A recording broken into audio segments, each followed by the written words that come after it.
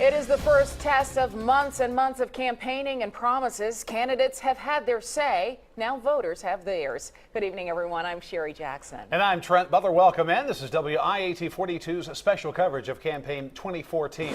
WIAT 42 crews are standing by right now with live team coverage you can count on. From Jefferson County to Shelby County, over to Tuscaloosa, and all points in between. Let's go ahead and get things started with one of the most crowded races on today's ballot. 7 people hoping to win the Republican nomination for the 6th congressional district. Congressman Spencer Backus announced his retirement last September. WIAT 42 News reporter Caitlin McCauley's live in Homewood tonight looking at 2 of those candidates. Caitlin, she begins our live team coverage. And Caitlin, you're at Paul DeMarco's watch party. His supporters are starting to arrive. What are you seeing?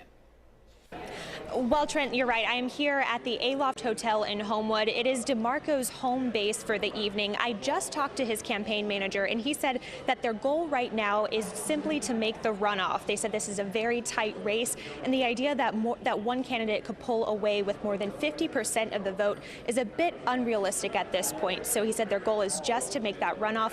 That would happen. The runoff would happen in about 6 weeks, if that's the case. But DeMarco will be speaking from this podium behind me shortly. If you haven't gone out to vote, you've still got a little bit less than an hour to do that, but we'll be here throughout the rest of the evening to keep you updated as these numbers start coming in. For now, we're live in Homewood. Caitlin McCauley, WIAT 42 News, coverage you can count on. We are tracking all of the congressional contenders as the votes start to come in for you tonight. Yeah, and with so many different candidates out there, we're helping you to learn more about the candidates tonight. WIAT 42 News reporter Mike McClanahan, he is live from Gardendale to look at 2 more of the District 6 contenders. Mike.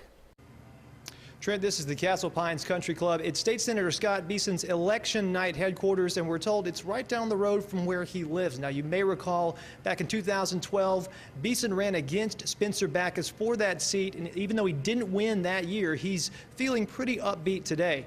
Now, we spoke with him earlier. Beeson says he and his campaign volunteers spent the day meeting with voters and answering questions through social media and their campaign phones.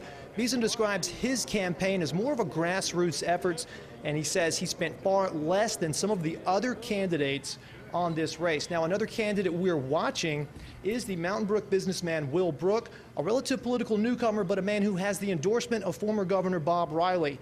Brook is the executive vice president of Harbor Management Corporation. His campaign manager says he's been behind the scenes working in politics for decades.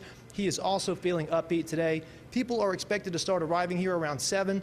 At last check, both candidates were still out campaigning. Again, polls are still open. Back to you.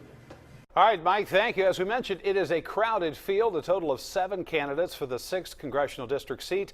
Gary Palmer is the co-founder of the Alabama Policy Institute. Robert Shattuck is an attorney and an independent blogger, and Tom Vinuel is a small business owner.